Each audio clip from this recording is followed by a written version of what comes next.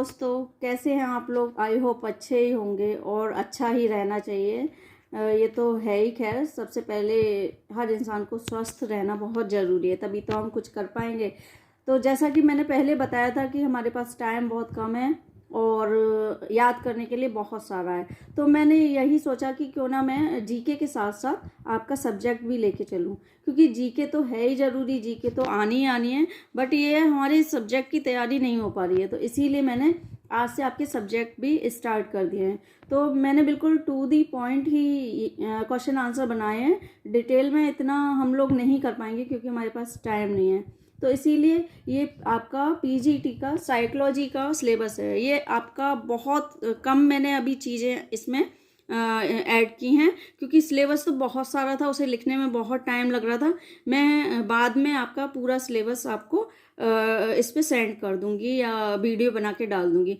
अभी फ़िलहाल मैंने मुझे लगा कि इतना सारा मैं करवा भी नहीं पाऊंगी अभी आज, तो एक दो चीज़ें ही करवा पाऊंगी, इसीलिए मैंने ये आपका सिलेबस जो कि पीजीटी साइकोलॉजी का है तो वो मैंने तैयार किया है। कुछ चीज़ें ही लिखी हैं, केवल 10 ही मैंने पॉइंट डाले हैं, बाकी के अभी बहुत सारे हैं, तो मैं धीरे धीरे आपको बता दूंगी। तो आज से हम स्टार्ट करते हैं साइकोलॉजी का, जीके प्लस साइकोलॉजी का सिलेबस। तो स्टार्ट करें अपने क्वेश्चन आंसर। तो दोस्तों, बिना टाइम बर्बाद किए हम लोग स्टार्ट करते हैं। जैसा कि मैंने पहले भी कहा था कि आप लोग लाइक शेयर कमेंट करते रहिए, और अगर आप लोग नए हैं इस चैनल पे तो प्लीज़ सब्सक्राइब कर दीजिए। तो आइए स्टार्ट करते हैं। सबसे पहले हम स्टार्ट करते हैं शिक्षण प्रणाली। हम जानेंगे कि साइकोलॉजी में कौन कौन सी शिक्षण प्रणाली बनाई गई हैं और उनके जनक कौन हैं। तो आइए स्टार्ट करते हैं। हमारी शिक्षण प्रणाली में नंबर 1 पे है क्रिया प्रसूत अनुबंधन सिद्धांत या प्रणाली, कुछ भी बोल सकते हैं आप, जो लिखा आ जाए पेपर में, तो मतलब एक ही है। ये था, इसके जनक थे स्किनर। नंबर 2 प्रयास एवं त्रुटि सिद्धांत, इसके जनक थे थॉर्नडाइक। नंबर 3 उद्दीपक एवं अनुक्रिया, इसके भी थॉर्नडाइक। 4 वंशानुगत सिद्धांत, इसके थे जॉर्ज मेडल। 5 टीएटी टेस्ट या सिद्धांत, मरे व मॉर्गन। 6 एसओआर, जनक थे वुडवर्थ। 7 संघनन सिद्धांत, स्मृति व संबंधित, जो मतलब स्मृति और इनसे संबंधित जो भी होंगे, मतलब इसमें जनक का नाम नहीं है। ये जो हमारा सिद्धांत है ये स्मृति से संबंधित है। स्मृति तो आप जानते ही होंगे, मेमोरी। क्षेत्र सिद्धांत, गेस्टाल्ट वादियों ने ये बनाया था। 9 अधिगम के नियम, ये थॉर्नडाइक ने बनाए हैं। अधिगम आप जानते ही होंगे, सीखना। 10 निरर्थक शब्दों का प्रयोग, एबिंगहास। 11 सामाजिक अधिगम, इसके जनक थे वंडुरा या अल्बर्ट भी कहते हैं इन्हें। 12 बुद्धि का बहुकार का सिद्धांत, इसके थे थॉर्नडाइक। 13 प्रयोजनवादी विचारधारा, जॉन डीवी। 14 संबंध प्रतिक्रिया, पैवलव। 15 मनोलैंगिक विकास, सिगमंड फ्रायड। 16 संज्ञानात्मक विकास, जीन पियाजे। 17 भाषा विकास, चॉम्स्की। 18 नैतिक विकास, लॉरेंस कोहेलबर्ग। 19 मनोसामाजिक विकास, इरिक्सन। 20 विकासवादी सिद्धांत, लेमार्क। 21 सूझ व अंतर्दृष्टि सिद्धांत, कोहलर। 22 प्रबलन सिद्धांत, क्लार्क एल हल। 23 बुद्धि के एक कारक सिद्धांत, बिने, टर्मन और स्टर्न, ये इन तीनों ने ये सिद्धांत बनाया है। 24 बुद्धि के दो कारक सिद्धांत, ये स्पीयरमैन ने बनाए हैं। 25 बुद्धि के बहुकारक सिद्धांत, थॉर्नडाइक ने। 26 बुद्धि के समूह कारक सिद्धांत, थर्स्टन ने। 27 बुद्धि के पदानुक्रमिक सिद्धांत, फिलिप बर्नर ने। 28 बुद्धि संरचना सिद्धांत, जेपी गिलबर्ट। 29 तरल ठोस बुद्धि सिद्धांत आव वी कैटल। 30 बहुबुद्धि सिद्धांत हॉवर्ड गार्डनर। तो दोस्तों ये थी आज की हमारी शिक्षण प्रणाली और उनके जनक। दोस्तों जैसा कि हमारा साइकोलॉजी का सिलेबस है तो उसमें सबसे पहला पॉइंट हमारा है अर्थ।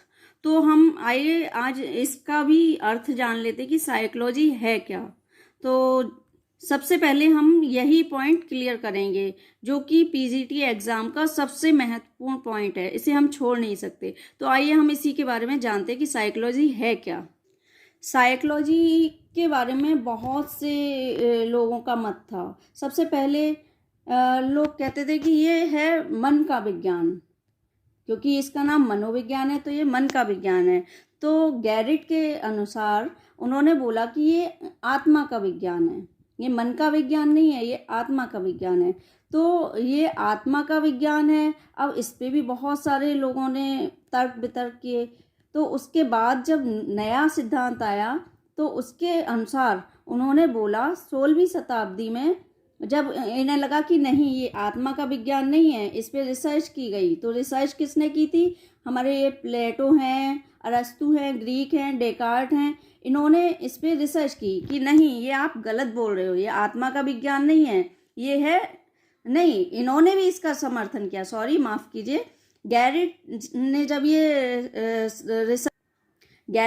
ये रिसर्च की कि ये आत्मा का विज्ञान है, तब 16वीं शताब्दी में इन लोगों ने भी इस पे रिसर्च की कि देखा जाए कि ये आत्मा का विज्ञान है या ये गलत है, कुछ ये गलत बोल रहे हैं। तो उन्होंने भी इस पे मोहर लगाई कि हाँ ये आत्मा का ही विज्ञान है। फिर जब और भी वो हुए मनोवैज्ञानिक हुए तो 17वीं शताब्दी में जैसे पेस्ट्रोलॉजी थे तो उन्होंने रिसर्च की। तब उन्होंने इसका खंडन किया, उन्होंने कहा नहीं ये आत्मा का विज्ञान नहीं है, ये मन का विज्ञान है। उसके बाद 19वीं शताब्दी में फिर विलियम वुंट, विलियम जेम्स ट्रिचनर, ये सारे हुए। तो इन्होंने फिर और रिसर्च की। तब उन्होंने देखा कि नहीं ये ना मन का विज्ञान है, ना ही ये आत्मा का विज्ञान है, और ये चेतना का विज्ञान है। उनके अनुसार फिर उन्होंने उसका खंडन करते हुए कहा ये ना मन का विज्ञान है और ना ही ये आत्मा का विज्ञान है। तो 19वीं शताब्दी में ये चेतना का विज्ञान कहा गया।